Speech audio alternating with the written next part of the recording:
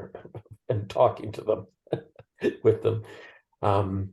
And Johnny, can we go to the first?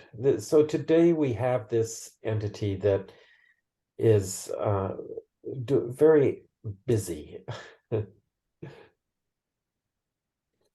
So this is how it describes itself. It's an international organization. Now, when they say an international organization, they mean something legally. There are organizations that are legal organizations that can operate globally. So often when I work with multi-stakeholder collaborations, this is a clear conundrum to them. The legal systems are all national, so you have to choose to incorporate in a particular country. And they're all based upon this sense that there's a distinction between business, government, and civil society, or NGOs. And there's no way to incorporate yourself globally or as a collaboration. You have to pick one or the other. So they are an international organization, which means I think it's chartered, it has to be approved, I think, through the UN. I'm not exactly sure, but I do know of global international partnerships, like the Global Water Partnership is also an international organization. It's based in Sweden, but it's chartered to work globally. So it works in partnership with all of these different organizations.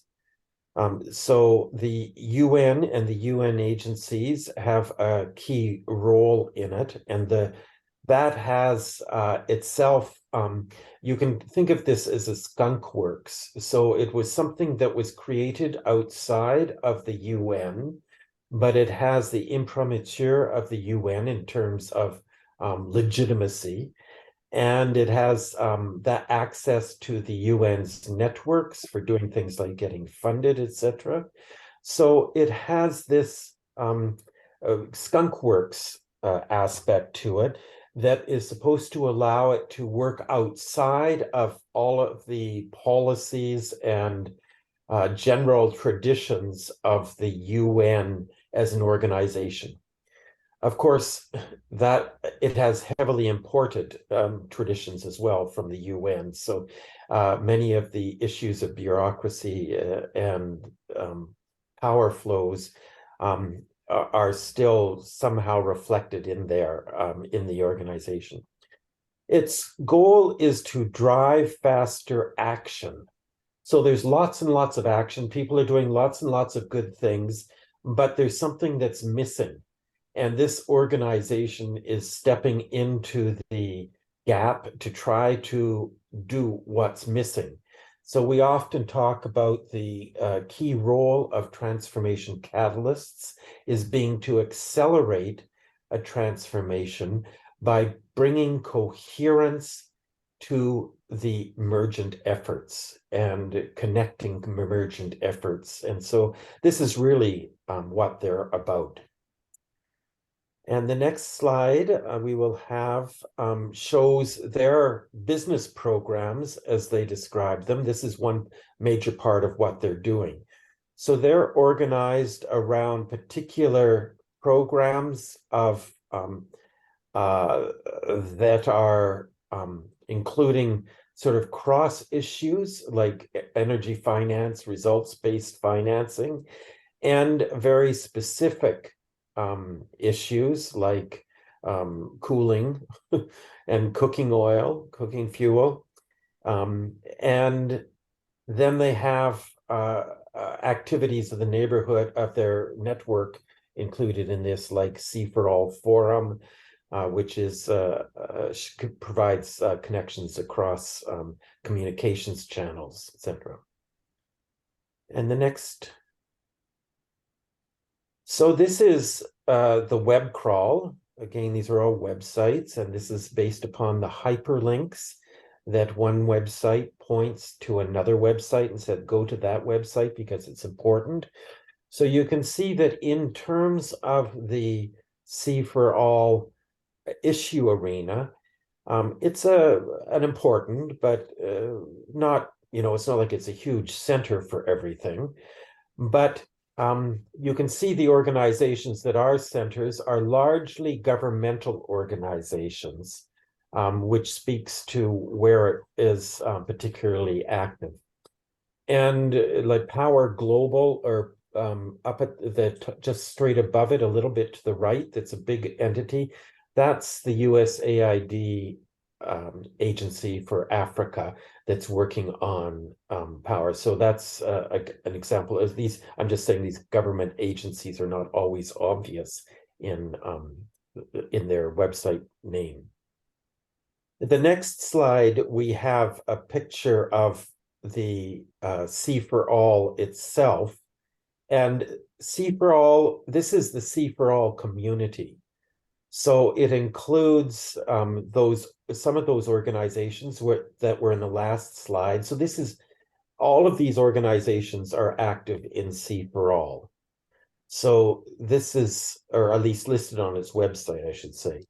So these are the organizations that are connected to SEforAll. We have some communications ones as well, such as Medium and Sage Publishing and Twitter, etc. But generally, this is made up of the SEforAll membership, so you can see who it is. So, Johnny, if we can leave the slides then. So what we have now is a global effort to bring coherence around particular imperatives that are identified by the international community as a strategy to accelerate both environmental progress with climate change and progress with regards to providing energy to all. They've been particularly active in Africa, as the Power for All indicates. So I have not totally kept up to date with this. I was hoping to have somebody to come and share with us, but I couldn't get anyone. And so I wanted to make you aware, if you think of these different three cases. The first one was very local within a country. The second one was definitely regional. It's grown to be more NGO oriented. This one is clearly global and multi-stakeholder with a strong IGO component to it. So these transformation catalysts can take very many different forms. Any observations or questions about what does that tell us about TNC and the systems that we're mapping?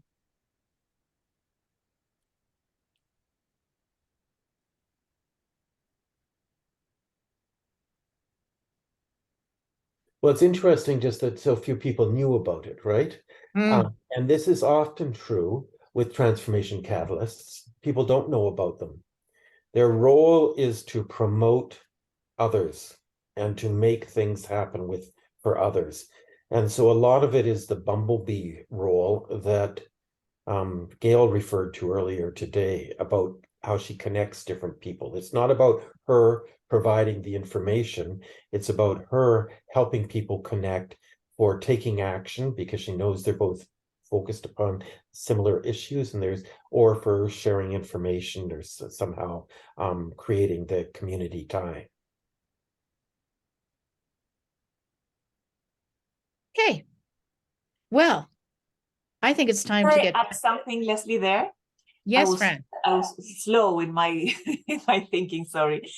But I thought that what you said, Steve, is very complex for organizations like ours, because we depend on our donors, and we depend also in a certain way in how much others know about us and about our work.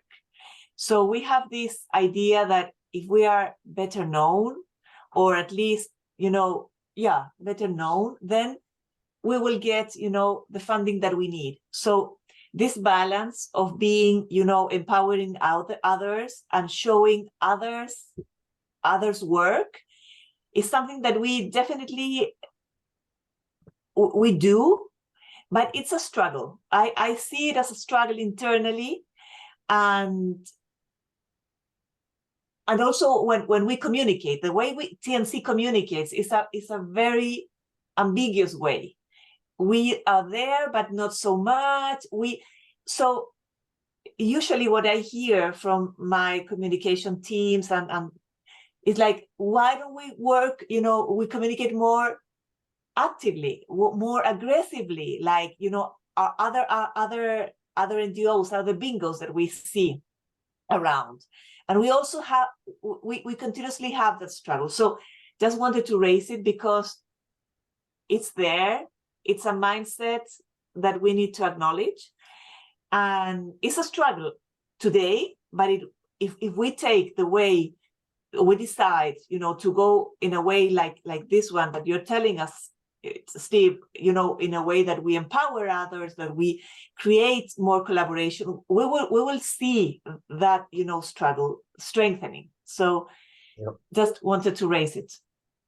Well, I've seen experiments done, and now this is at the consultant level, of consultants who were put in competitive positions. And they joined together as a group. I think there were 25 of them. And they said, one of the things we commit to is to recommend one another to other people. And that's all they did. And they found that their actual business increased as a whole. And so there's lots of ways to approach this. If you think, but you're pointing to exactly where what I would call radical collaboration is today. Can we promote each other and show each other others' work as well? And to help convey the interdependence of our success upon the success of others. And that's why we're promoting one another, to help convey this is a system effort. And although our name might be big, we couldn't do this without others. And so that's partly, I think, what you're talking about is this shift that's very difficult for traditional H1 mindset from competition to radical collaboration.